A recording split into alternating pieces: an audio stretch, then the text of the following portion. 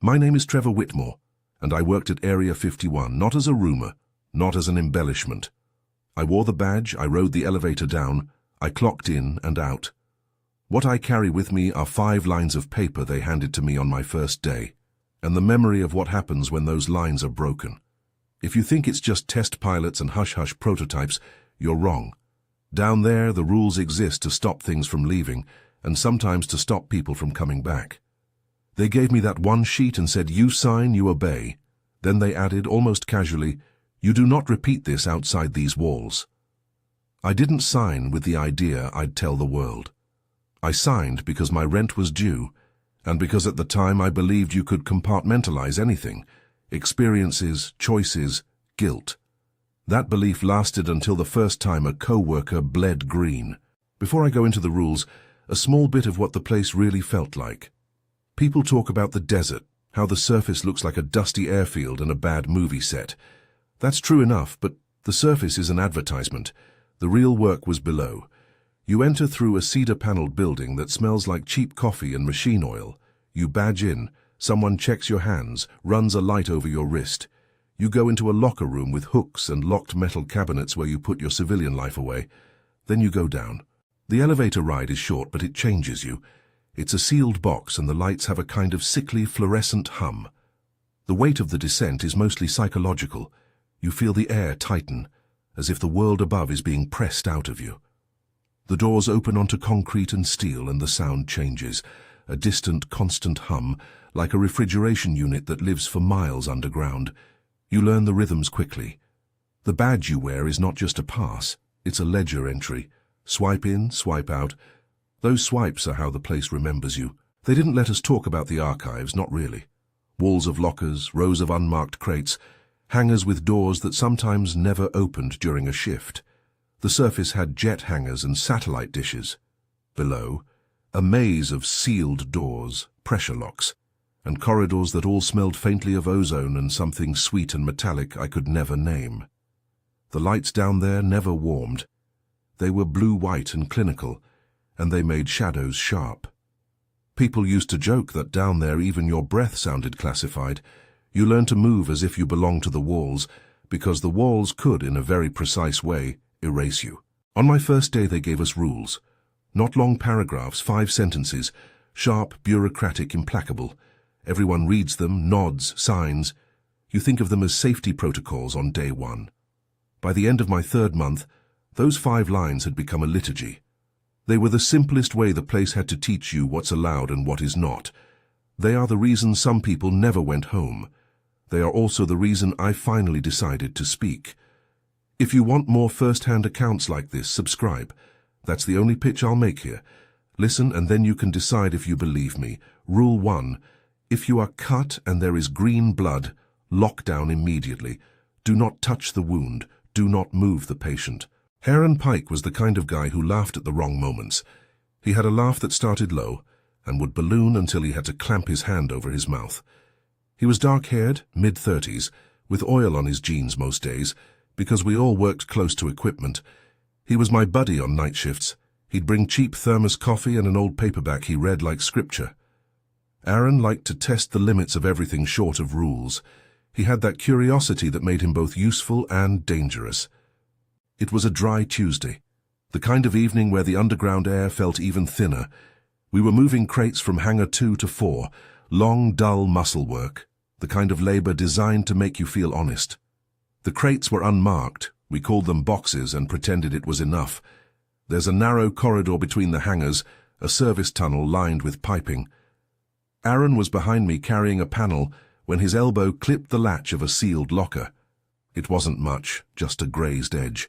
He cursed, reached instinctively to pull a thread of fabric away. At first I thought he'd cut his knuckle. I saw a flash of color and I stepped forward without thinking. The blood was wrong. It was thick and the color was not red. It had a hue like crushed pine needles mixed with oil. It glinted in the corridor lights, almost fluorescent. When I went to grab his hand, he jerked away like he'd been burned. He tasted the air with his mouth, and his face stopped rearranging into humor. He went pale under the fluorescent. We hit lockdown before either of us knew we were holding our breath. The intercom clicked and a voice I'd learned to dread said, Containment Protocol Alpha 1, lockdown. The corridor fell away into a mechanical silence, like applause cut mid-sentence. Doors sealed. The lights changed. They went dim but with an angry red rim. We were told later that the red was not just for show. It signaled a level of contamination the logs kept separate from regular incidents. They brought the containment team in minutes, but it was a special kind of minutes, the kind that arrived with a clinical calm. They had black suits with minimal seams and clear visors that reflected our faces back at us. They cordoned the area with thick plastic sheeting, set up a portable decon unit, and moved with a practiced urgency. Aaron was conscious but confused, shaking his glove off like it was losing him. He kept apologizing over and over in a way that made the team speak to him like he was a machine that had misfired. Someone pressed a field blanket around his shoulders. Someone else snapped photographs, but not the kind that a medical team would take. They focused on the wound, the surrounding surface, the flooring.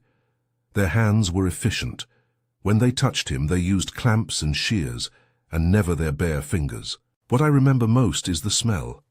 The green blood carried an odor like copper and lemon peel, and something floral that was wrong with the nasal passages. It lingered in the plastic of the decon tent. You could taste it at the back of your throat for hours. Aaron's voice got thin. He kept saying, "It's just a scratch. It's just a—" The last words were swallowed by the whine of a machine. By the time the decon team wheeled Aaron out, they had zipped the tent closed and taken the corridor down to negative pressure. We were told to sign incident reports. We were told to go home. We were told not to discuss the event with anyone outside of a strict list of names. About an hour after I left, I got a call telling me to come back. I went because you always go when the place calls. Your name is a loose lever they can pull at any hour. When I came back, Aaron's locker was empty. His name had vanished from the roster as if he had never been employed. They had moved his things to a small white bag and logged it under personal effects. Someone from HR said his family had been notified with a bland, apologetic phrase, "a private, unrelated incident." No one used the term we all used in the underground halls, termination. I need to be precise.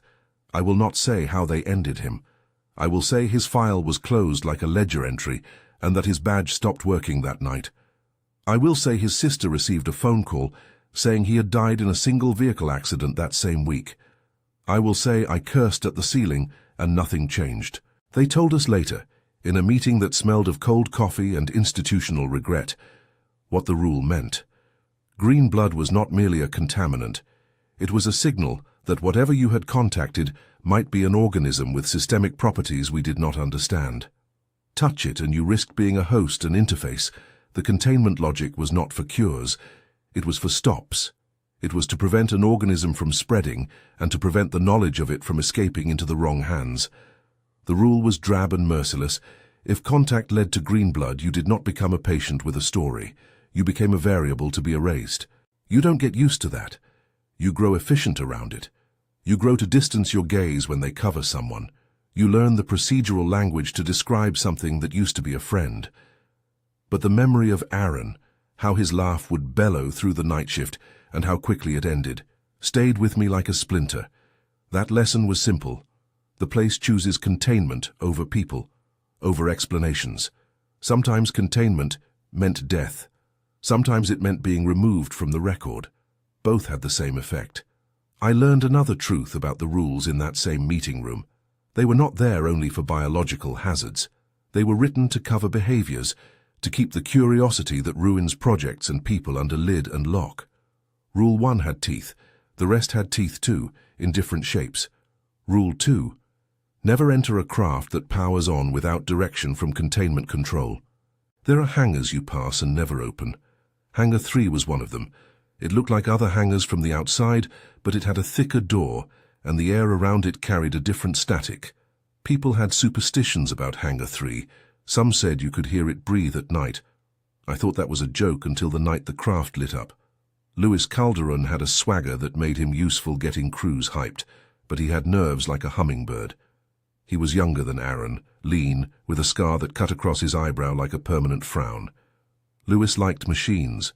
He liked touching control panels and asking questions the engineers didn't feel like answering. He understood how things ticked in a mechanical way, and that made him more forgiving of their morality. It was late and we were doing inventory checks. We were told to count, tag, photograph. Hangar 3 was supposed to be sealed. Someone in logistics misread a schedule, or someone's badge blinked in the wrong shade, or the night moved like it wanted to test us. Lewis was walking along the perimeter, tapping lightly on side panels to test seals. He liked the thud of metal. He liked to imagine what could hide behind an unmarked door. Then the craft lit up. It was soft at first, a humming in the bones like a refrigerator winding into a higher gear. Then a band of light, a line of pale violet, traced a seam, and the air filled with a taste of ozone. The floor warmed underfoot, but not with heat that would scald. It was more like the sensation of being near an electrical field. People froze. That sound, not exactly a hum, rolled through the hangar and made the hairs on my arms rise.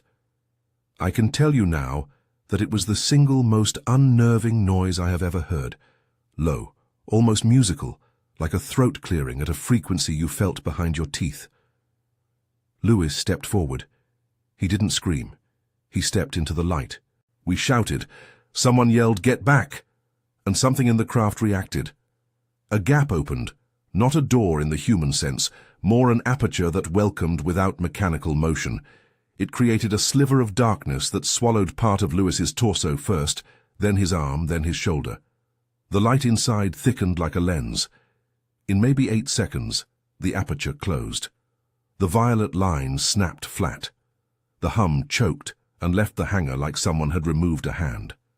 For a moment, there was a stunned silence that felt obscene. Then the security alarms began to layer over one another in nervous, bureaucratic harmony. Control locked the doors. They pulled the cameras.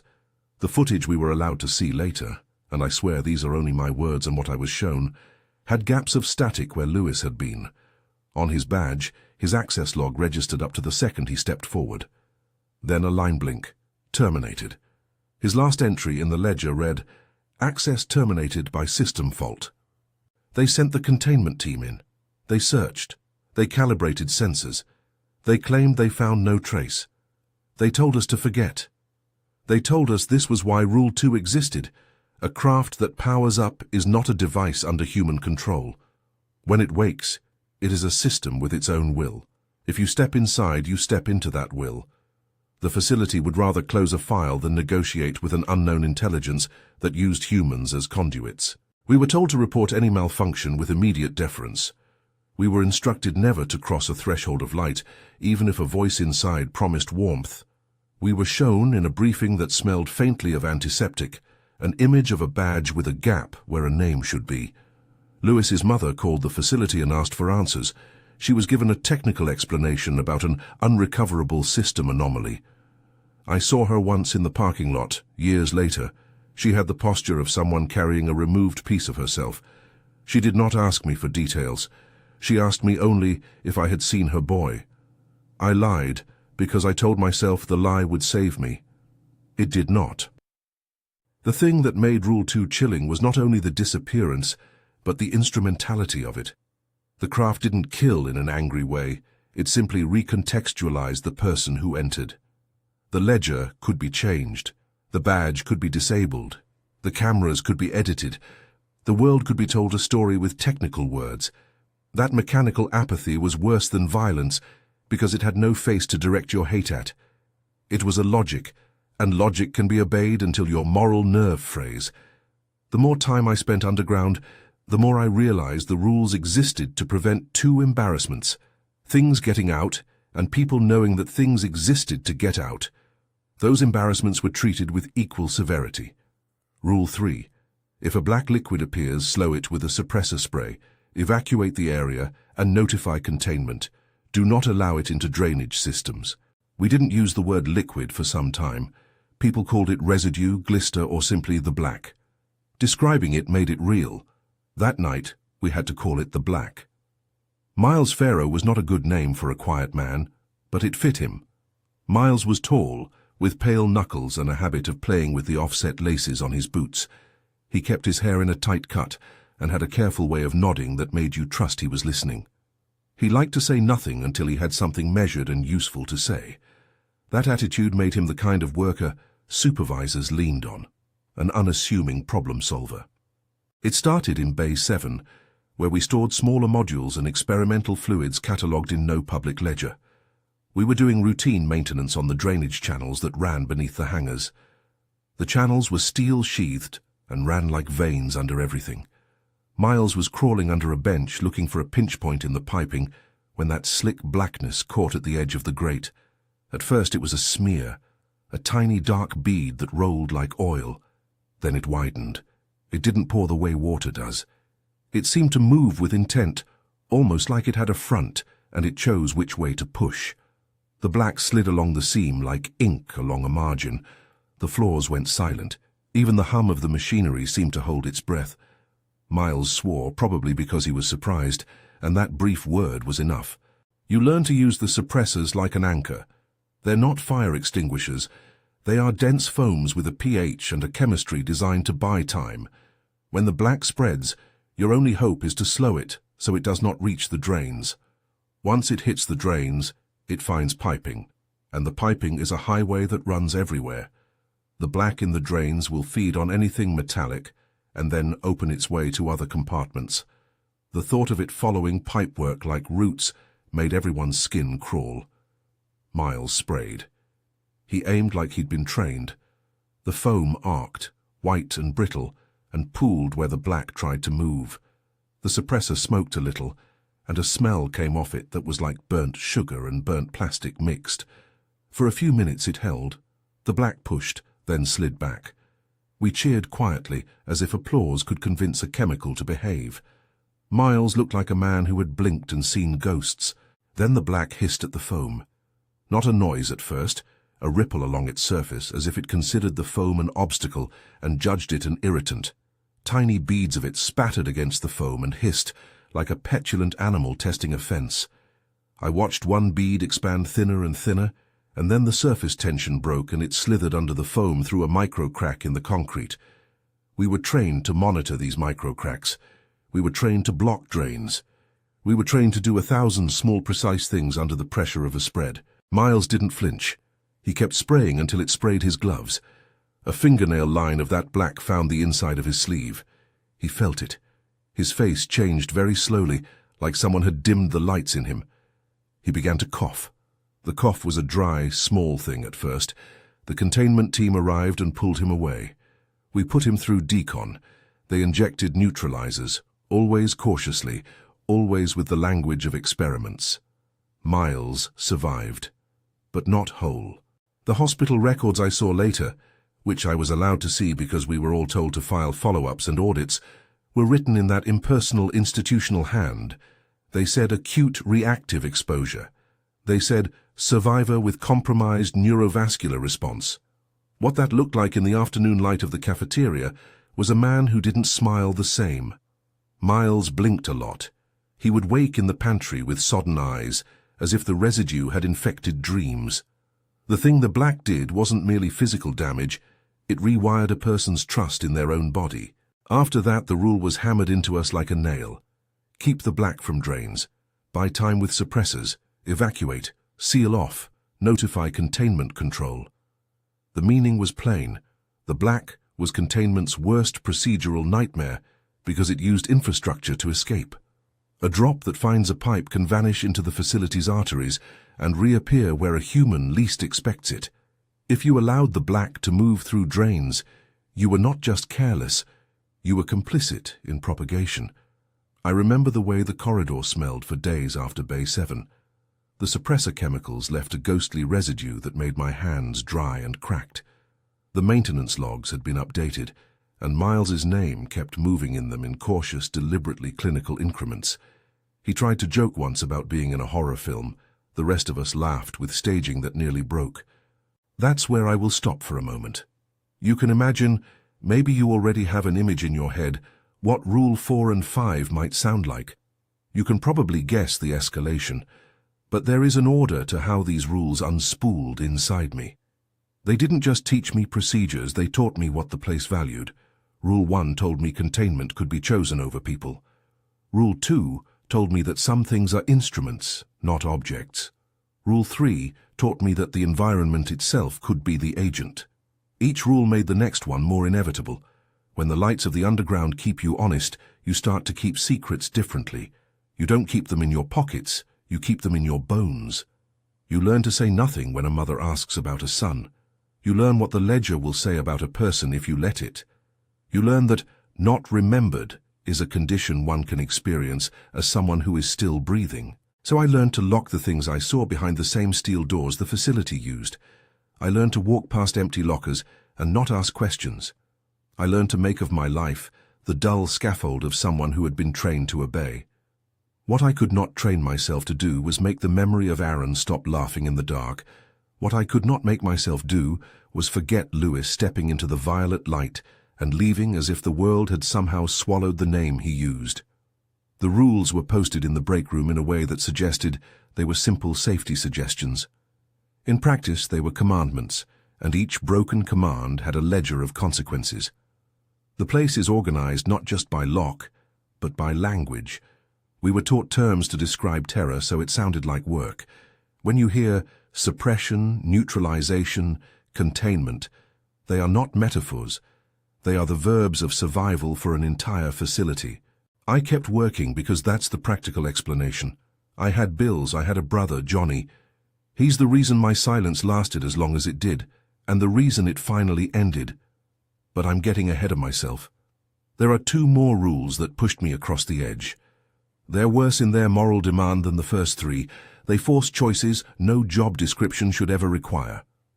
I'll tell you about them, but not yet, because even tonight, the memory of what came after the black liquid sits like a stone in my throat. The 4th and 5th rules are where the ledger closes on a man and opens on a family, and where personal guilt became something that didn't just fit in the locker. For now, what I want you to have are these images. The green blood that turned a laugh into a cautionary absence, the violet seam that swallowed a man whole, the black that moved with purpose along the floor like oil with an appetite. Each rule was a reaction to one of those images. Each one demanded obedience that bent people into shapes they could no longer recognize in the mirror. I still go back in my head to the locker room where my badge went in and my civvies came out. I still remember with a kind of private horror the time the intercom said lockdown and how the entire building exhaled like an animal. And I remember that it was in that place of mechanical breath that I learned the human cost of silence. There's a last thing I want to say before we move on. Rules can be written by people who wish to protect things, or they can be written by people who wish to protect a story. Down there, the rules did both. They protected what was in containment, but they also protected the narrative the facility told itself and the world. That's the strangest thing I've had to carry. Not the smell of ozone, not the sight of a badge being dimmed on a ledger, not even the image of a man stepping into light. The strangest thing has been knowing that a single sentence on a page can bend reality for thousands of people. I signed that sheet on my first day like a man signing a lease. I kept quiet, like a man paying installments on a debt he never meant to accept. The debt began to compound after the 3rd rule. What I couldn't let compound any further was Johnny's name. When I was ready, I came to you.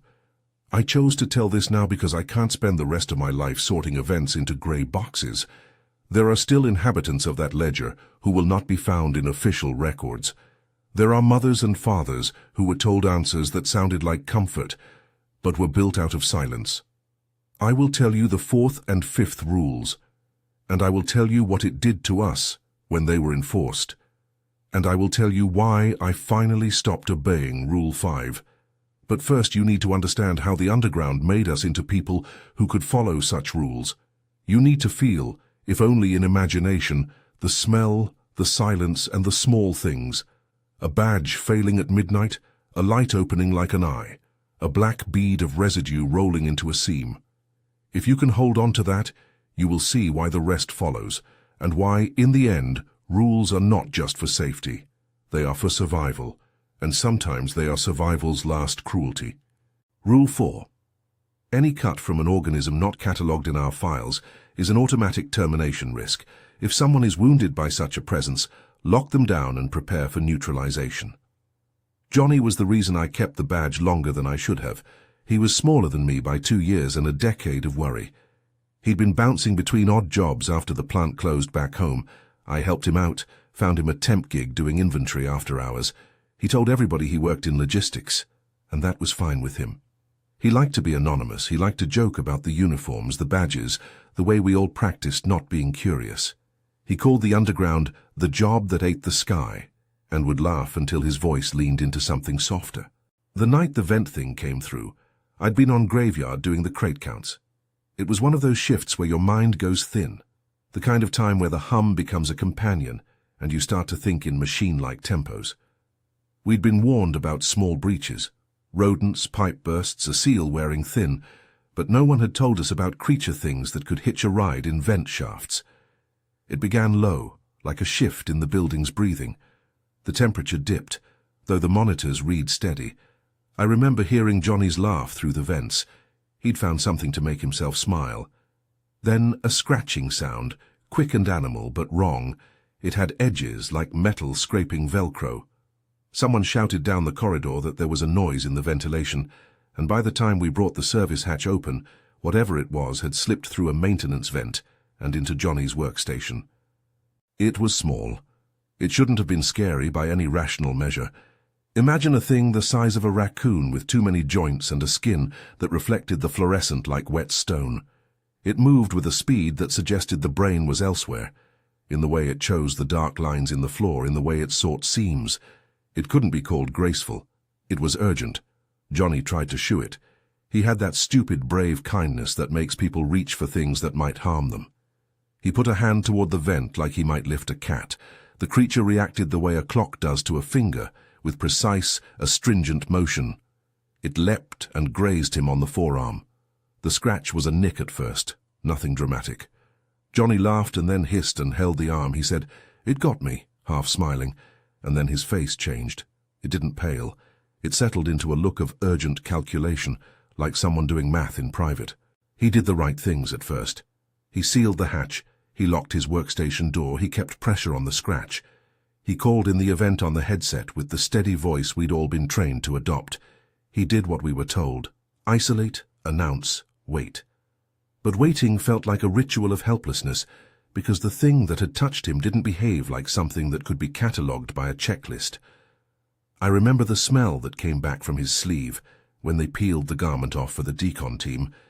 Metallic, yes, but under it something sweet and dissonant, like the smell of old pennies after citrus. The decon folks arrived in their suits and moved with a speed that made fear feel procedural. They asked questions in clipped tones, taking notes that looked like geometry. They warned us in voice levels meant to keep other earshot from taking meaning. Containment Delta, seal and prepare neutralization. Neutralization, the word hung in the air like a physical thing. Air. Johnny sealed himself in the small room because he was terrified of being removed from the thing he was trying to protect. He told me later, in a moment that would feel impossible after, that he was embarrassed. Embarrassed to be the cause of alarm, embarrassed to bring worry to Mum. He kept the door locked because he saw in his head the people in the suits as strangers who would treat him like a specimen. He was trying to shape the event into something that felt like a story he could control. I begged the techs to let me sit with him, to let me keep a hand, to let me be an authorized presence. They put their palms up and said they couldn't because protocol forbade additional exposure. I argued. I used the little privileges brothers have. Insisted I knew him, I knew his medical history, that we could do a monitored check. The containment officer stared at me long enough to make me uncomfortable, and then said, "If the wound is of non-human origin, it is unpredictable. If the wound is unpredictable, the risk includes person-to-person transfer. For the safety of the facility, we must proceed." They told me later about measuring vectors and possible vectors. They told me of the logic. A living organism with unknown properties could use an injured human as a vector, slip into a bloodstream, anchor to neural tissue. They called this interface risk. The language made it sound like a term in a textbook, but when that language translated into action, the action was bare and decisive. They sealed the room and began the neutralization protocol. I remember standing outside the glass and watching through the viewplate as a system I loved and hated closed around my brother. They deployed something that changed the atmosphere in a way I can't fully describe without making it sound dramatic. The air thickened, and through the noise of the fans I could hear a soft, almost mechanical hiss, like someone turning a key very slowly. Johnny pounded on the glass once and we mouthed at one another. He was yelling something at me, words I couldn't make out. He made the shape of his hands as if to say, "Get Mom," or maybe, "Promise me you won't tell them." I nodded. I promised him something I wasn't ready to keep. They brought the viewers down, and then the sound of the chamber shifted.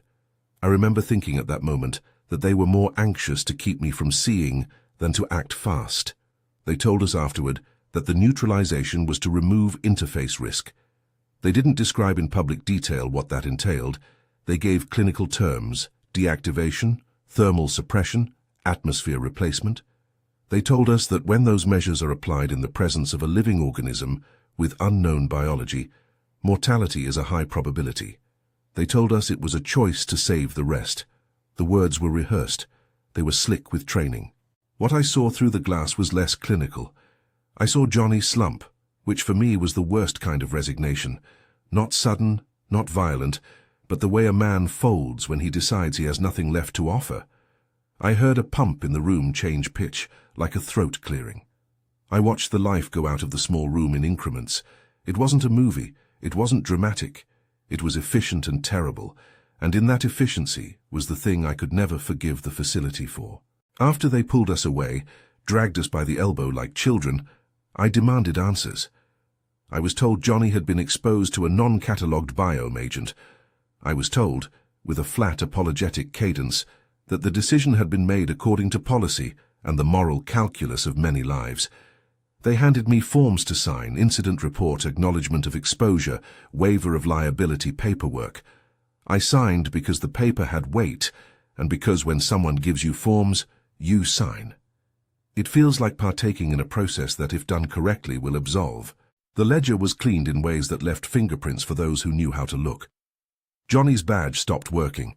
His entry in the payroll was marked as resigned, personal reasons. HR called Mum with a scripted explanation. "We regret to inform you of your son's unfortunate and private passing related to an on-site accident." The phrasing was obtuse and careful. It was a sentence meant to sit in the mouth of someone who'd been told to be soothing. Mom cried once on the phone and then quieted, saying things like, "God help them," words that meant she believed what she heard. They paid for the funeral costs. They took care of the immediate paperwork like a machine removing an unwanted gear. They offered a sum that felt at once generous and like a bribe. I accepted the check because what else do you when the system has chosen to replace a person with a number? I accepted because when you get a knock in that environment, you learn that your refusal makes the machinery apply more pressure, and you are only human. What haunted me afterward was less the physical loss than the removal of narrative. They told Mom one story. The ledger told another. My private memory told a third. The facility wrote its story in neutral terms that could be repeated in court transcripts if necessary. The memory of Johnny's laugh, which had been my compass in bad months, was now a secret I was guarding with paperwork in my hands. Rule 4 was not just about removing a vector. It was about preventing the story of the vector from existing outside the institution. In the cold reasoning of the meeting room, they framed the acts as necessary and, indeed, moral. They showed us slides about epidemic risk, about second-order propagation. They used words like preemptive sacrifice, but those words are slippery. Sacrifice implies choice. The ledger recorded compliance. The men and women who signed the forms made a language that justified the instrumentality of a life. After Johnny, the place shrank in my chest. I learned to walk more slowly past the locker room, to avoid spaces that used to hold small lives. I learned the faces they put on at condolence dinners. I learned the look of someone who carries the knowledge that their life is a ledger entry. My guilt fossilized into a routine. I came to work, I did the work, I signed the papers, I kept my mouth shut. Rule 4 taught me the cost of contamination beyond biology. It taught me that the facility valued stories the way the old men valued their estates, something to be managed, preserved, or destroyed for legacy. The lesson was clear. If the organism makes claim on a human, The institution claims the human first. There is an image that stayed with me. The last time I touched Johnny's arm when they let the family in for a ceremonial closure. His skin was cool, and the nick in his forearm was a thin, pale line. It did not in that moment look like proof of anything other than a small accident, but everyone in the room knew otherwise. The quiet was thick as velvet. I tried to keep my face steady for Mum. I promised her I would take care of things. I promised to say nothing to protect her. In the moment I made that promise, I was already making the vault that would hold my future silence. Rule 5. If anyone outside asks, laugh it off. It's a myth. The official line is, there's nothing mysterious here, just testing and old equipment. Repeat it. Deny curiosity. Laugh and move on. The secrecy rule was the final moral lever they used on us. You learn to say the line without thinking. You learn the cadence. You wear your sarcasm like armor. Area 51, yeah, we test planes, we fix pumps, we have strong coffee and bad vending machines. We joked in break rooms about conspiracy forums, as if distance could absolve us. We practiced our denial like actors rehearsing a scene where the truth is a prop no one picks up. I obeyed Rule 5 after Johnny, because I believed silence could be a gift. I chose to lie to my mother because I wanted her to keep moving, to keep believing that our family could be kept whole by an invented explanation. I told her a version of accident that was easier to swallow. I visited less. I went to the funeral and handed over platitudes. I told a few close co-workers what had really happened, and they returned nods that were the cultural equivalent of a hug. We all carried the weight and the shared secrecy like a slow mutual wound. But keeping that secret became a kind of theft. There are days you don't notice the ledger erasing who you are because you are too busy paying bills, but there are nights when the erasure finds a way to your bed. I began to have dreams about logs. Not the kind of list you can file, the kind of log that eats letters until a name is gone. Entire conversations evaporated. People I had known were scrubbed from photo captions in the office album. It happened slowly at first. I would ask someone about a person and get a blank glance. Names I used to say aloud built up as stone on my tongue. Then there were the calls, anonymous and polite. "This is a friendly reminder about your obligations," one recorded voice told me one afternoon. The legal department liked to flash phrases that were as stark as they were unhelpful. Non-disclosure, security interest, classified access. The paperwork was thick. They told us over and over that our silence was part of national security. They told us to imagine the consequences of unmoored knowledge. The argument worked better on nights when the desert outside felt vast and threatening, and you could imagine ugly men arriving to take your family away. Fear is a lever they used effectively. But the rule did more than scare. It criminalized grief. It made the moral act of telling your mother what had actually happened into an act of selfishness. The institutional message was, speak and you endanger the rest, so you keep the rest in mind as a justification. I won't tell, you think, because what if I'm causing a broader catastrophe? You fold your grief into the shape of a shield. The ledger continued its work. When people were erased, the consequence was not only a closed file, but a removed memory. Photos of holiday parties were edited, names were scrubbed from time cards. Anyone who asked too many questions was reassigned, discouraged, or offered early retirement packages they couldn't refuse. Colleagues would come into the break room and not mention names that had been vibrant the week before. That absence became the new normal in conversation. I obeyed Rule 5 publicly. I laughed when friends outside our world joked about flying saucers. I sent a condolence card with a line about private loss.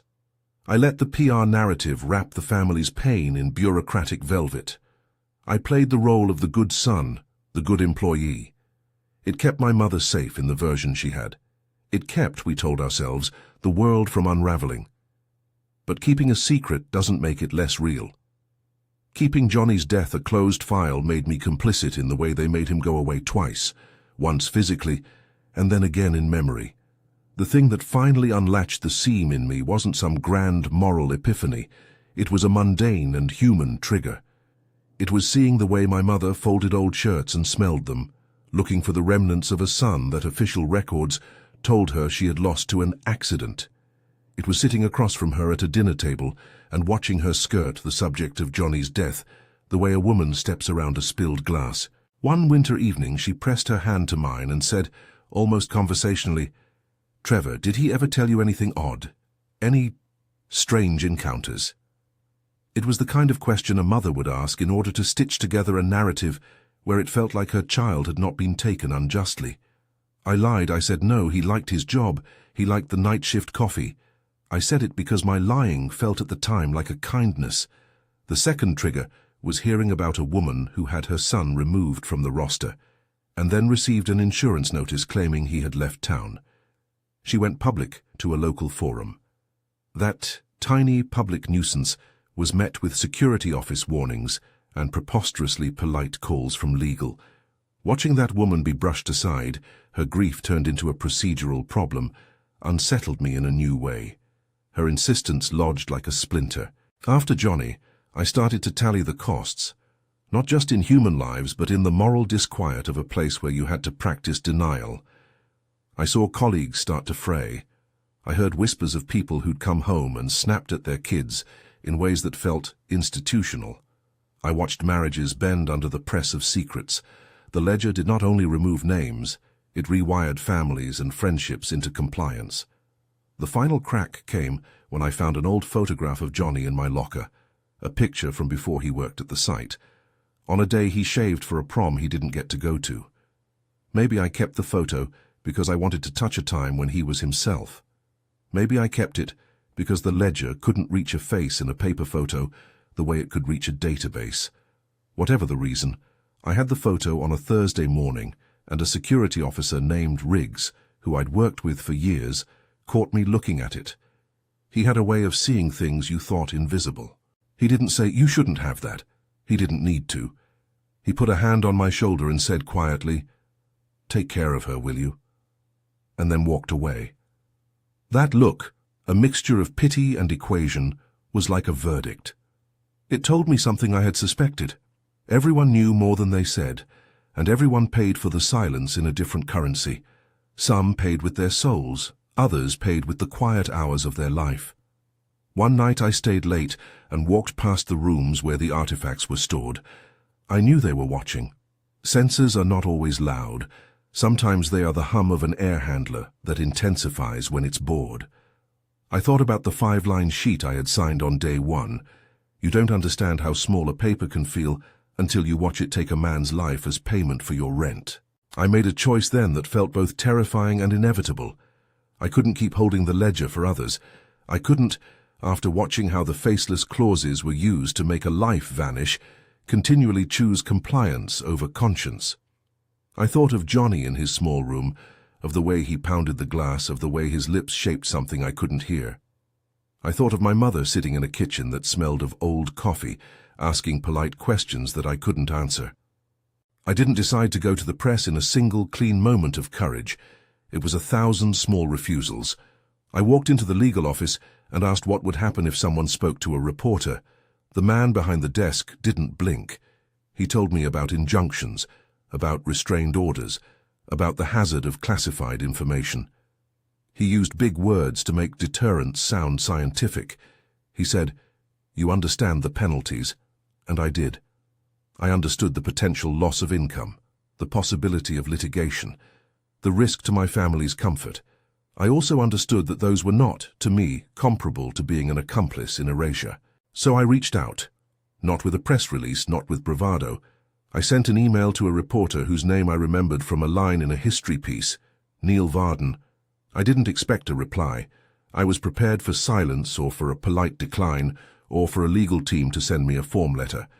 But he replied with a call. We spoke long into the night.